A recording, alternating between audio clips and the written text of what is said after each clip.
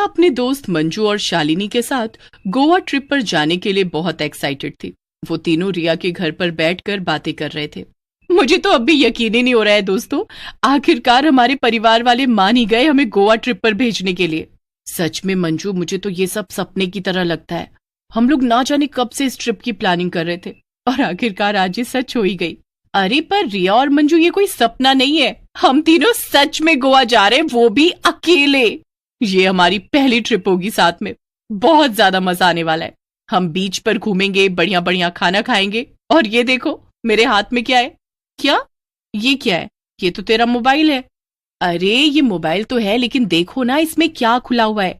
इसमें मैंने एक बहुत ही मजेदार चीज खोज निकाली है रिया, क्योंकि हमें गोवा में रोकने टोकने वाला कोई नहीं होगा। हम रात को इस डरावने बीच पर जाएंगे। ये सुनकर रिया और मंजू एक्साइटेड हो जाती हैं और शालिनी के हाथ से फोन छीन लेती हैं और पढ़ने लगती हैं। ओह, ये बीच तो हमारे होटल के ठीक सामने है शालिनी, ये तुमने हमें पहले क्यों नहीं बताया?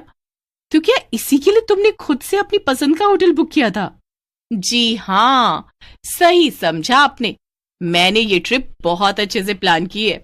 आसपास रहने वाले लोगों का मानना है कि ये बीच गोवा के सबसे डरावने बीचों में से एक है और यहाँ पर एक चुड़ैल और उसके प्रेमी भूत का साया है। उन दोनों ने इस बीच पर ही सुसाइड करके अपनी जान दी थी। वाह वाह, क्या कहानी है। अब मैं समझी शालिनी कि तूने हमें इतना अच्छा होटल इतने कम दामों में कैसे दिलवा दिया, वो भी गोवा में। उसके सामने ये बीच वाली जगह भूतिया जो ठहरी, कोई वहां क्यों जाएगा? हाँ वो बात तो है मंजू। वैसे फिर ये तय है ना कि हम तीनों रात में इस बीच पर घूमने जाएंगे? हाँ, मुझे कोई प्रॉब्लम नहीं है, मैं तो एकदम तैयार हूँ। अरे हम रोज रोज थोड़ी ही गोवा जाएंगे, और मुझे भी कोई दिक्कत नहीं है, मैं भी एकदम रेडी हूँ। ठीक है दोस्तों, फिर अपने अपने घर जाकर पैकिंग शुरू कर दो, क्योंकि अगले हफ्ते हम लोग जा रहे हैं गोवा। तीनों दोस्त खुशी खुशी पैकिंग शुरू कर देती हैं। देखते ही देखते वो दिन भी आ जाता है जब उन्हें गोवा जाने के लिए निकलना था। तीनों ट्रेन में बैठ जाती हैं और निकल जाती हैं गोवा घूमने के लिए। ये उनके लिए 3 दिन की ट्रिप थी। 2 दिन सब सहेलियां खूब घूमती हैं और फोटो खिंचाती हैं, पर जब आखिरी रात को तीनों होटल में आराम कर रही होती हैं, तभी कुछ अजीब होता है। शालिनी अचानक से जोर से चिल्लाती है। शालिनी को चिल्लाते हुए सुनकर मंजू और रिया चौंक जाती हैं। अरे क्या हो गया शालिनी, अचानक से चिल्लाई क्यों? कोई भूत देख लिया क्या? कितनी अच्छी नींद आई थी मुझे, सब खराब कर दी तुमने। आज हमारी आखिरी रात है गोवा में, कल सुबह हमें वापस घर जाने के लिए ट्रेन में बैठना है और हम सबसे जरूरी चीज करना तो भूल ही गए। क्या? पर वो क्या शालिनी? अरे उस भूतिया बीच पर घूमने जाना। जल्दी से उठो तुम दोनों, हमें वहां जाना ही होगा। क्या इस समय? जरा घड़ी में देख शालिनी, 11 बज रहे हैं, ये सेफ नहीं है यार। मंजू तुझे नहीं जाना तो मत जा, पर ये घर वालों जैसी बातें तो मत कर कम से कम। शालिनी सही कह रही है मंजू, चलो आज हमारी गोवा में आखिरी रात है, हमें वहां जाना चाहिए, मजा आएगा। रिया और शालिनी जल्दी से कमरे से निकल जाती हैं और मंजू भी अपनी जैकेट पहनने के लिए खिड़की के पास जाती है। तभी उसकी नजर सामने बीच पर पड़ती है। मंजू के ठीक सामने एक लड़का और लड़की खड़े थे जो कि मंजू को ही देख रहे थे। अरे ये क्या? मुझे तो लगा था बीच खाली होगा, पर वहां तो लोग हैं। तभी पीछे से शालिनी की आवाज आती है।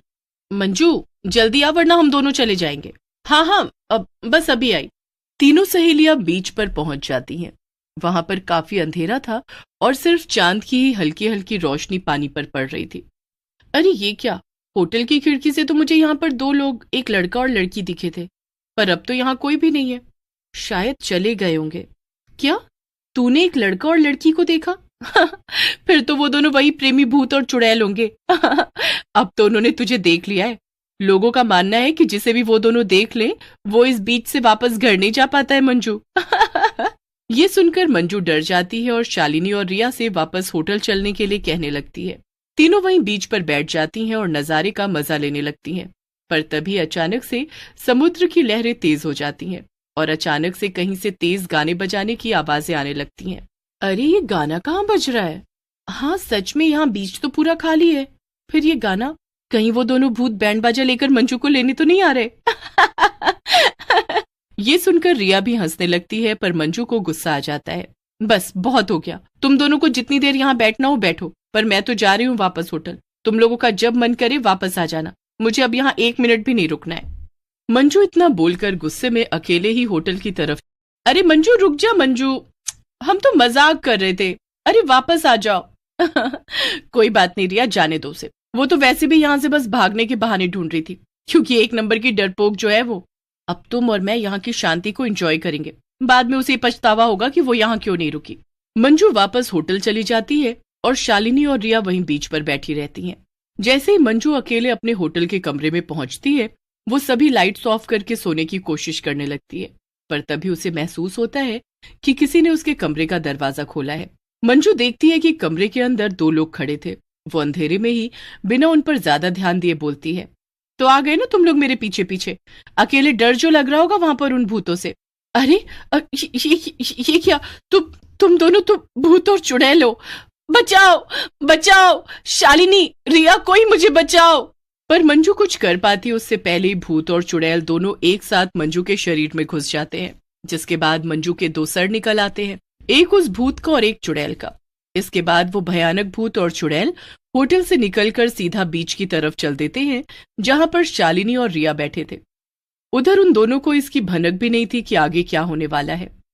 शालिनी, चल, अब बहुत हो गया, यहाँ तो हमें कोई भूत चुड़ैल नहीं दिखा, चल हम वापस मंजू के पास होटल चलते हैं। हाँ, तू ठीक कह रही है रिया, चल चले। जैसे ही रिया और शालिनी उठती हैं और वापस जाने के लिए मुड़ती हैं, सामने उस 2 सर वाले भयानक भूत को देखकर दोनों के होश उड़ जाते हैं। ये क्या चीज है शालिनी? इसके तो 2 सर है, एक भूत का और एक चुड़ैल का। मुझे नहीं पता रिया कि ये क्या बला है। शालिनी और रिया 2 सर वाले भूत को देखकर इतना ज्यादा डर गए थे कि ना तो उनकी चीख निकल रही थी और ना ही वो वहां से भाग रहे थे। तभी वो भूत का सर था, वो उन दोनों से बोलता है, अरे अरे, तुम दोनों तो यहाँ खास हमसे ही मिलने आई थी ना, फिर अब इतनी डरी हुई क्यों लग रही हो? हाँ हाँ, क्या हुआ? तुम्हें हमसे मिलकर खुशी नहीं हुई क्या? हमारी दोस्त मंजू, वो कहाँ है? तुम्हारे सामने ही तो खड़ी है। क्या? तुमने उसके साथ क्या किया? क्या वो मर गई? अभी तक तो नहीं, पर हाँ, जल्द ही तुम्हें मार कर खाने के बाद हम उसे भी मार देंगे, चिंता मत करो। ये बोलकर वो भयंकर 2 सर वाला भूत शालिनी और रिया को पकड़ने के लिए आगे बढ़ता है, पर वो दोनों बीच के किनारे की तरफ भागने लगती हैं। रिया, अब हम लोग क्या करें? कैसे बचे इस अजीबोगरीब 2 सर वाले भूत और चुड़ैल से? और तो और मुझे लगता है कि ये दोनों भूत और चुड़ैल मंजू के शरीर में घुसे हुए हैं। तभी उस भूत ने ऐसा कहा कि मंजू हमारे सामने ही खड़ी है। पता नहीं शालिनी, मुझे तो कुछ भी समझ नहीं आ रहा। अभी के लिए तो बस भागो, हम उसके हाथ नहीं आ सकते। भयंकर भूत भी तेजी से रिया और शालिनी का पीछा कर रहा था, पर तभी चुड़ैल मंजू के शरीर से बाहर आ जाती है और खड़ी हो जाती है, और 2 सर वाला भूत एक ही सर का हो जाता है, जो कि सिर्फ भूत ही था। मैं तो अब थक गई, अब तुम जाओ और जाकर उन दोनों को पकड़ कर लाओ, फिर हम दोनों साथ में बीच के किनारे डिनर करेंगे। अरे मेरी प्यारी चुड़ैल, ठीक है, जैसा तुम कहो, जा। वो दोनों बातों में लग गए हैं, और वो देखो, वो चुड़ैल मंजू के शरीर से भी निकल आई है। पर हम क्या करें शालिनी? किनारे पर दौड़ते दौड़ते अचानक से रिया का पैर रेत में दबी किसी चीज से टकरा जाता है और वो गिर जाती है। हे भगवान, ये क्या था? शालिनी रिया को उठाने लगती है, पर तभी उसका ध्यान रेत पर जाता है। वहां और कुछ नहीं बल्कि किसी आदमी के कंकाल की टांग थी। हे भगवान, ये तो कंकाल है। क्या? कहीं ये उस भूत का तो नहीं? रिया और शालिनी जल्दी से रेत खोद कर देखने लगते हैं और उन्हें एक लड़की और लड़के का कंकाल मिल जाता है। शालिनी, ये जरूर इन दोनों के ही कंकाल हैं, क्योंकि इस भूतिया बीच पर और कोई भी नहीं आता। मेरे पास लाइटर है, इससे पहले वो भूत यहाँ आए हम इन कंकाल को जला देते हैं। हाँ रिया, पर जल्दी कर, वो देख, वो इधर ही आ रहा है। रुक जाओ तुम दोनों, अब बस तुम्हें हमारा डिनर बनना है। इतने में रिया अपनी जेब से लाइटर निकालती है और दोनों कंकालों पर आग लगा देती है, जिससे सिर्फ कंकाल ही नहीं, साथ साथ चुड़ैल और भूत भी जलने लगते हैं। पर भूत जलने से पहले मंजू के शरीर से बाहर आ जाता है और फिर तड़प तड़प कर चुड़ैल के साथ ही गायब हो जाता है। ये क्या हो रहा है? शालिनी, रिया, होटल रूम में मैंने उन भूत और चुड़ैल को अपनी आंखों से देखा। जल्दी से इस भूतिया बीच से चलो। शालिनी रिया मंजू को गले लगा लेती हैं और फिर तीनों वापस अपने होटल चली जाती हैं। इसके बाद वो तीनों कसम खाती हैं कि आइंदा कभी भी ऐसा कोई काम नहीं करेंगे जिसमें कोई भी भूत या चुड़ैल शामिल हो।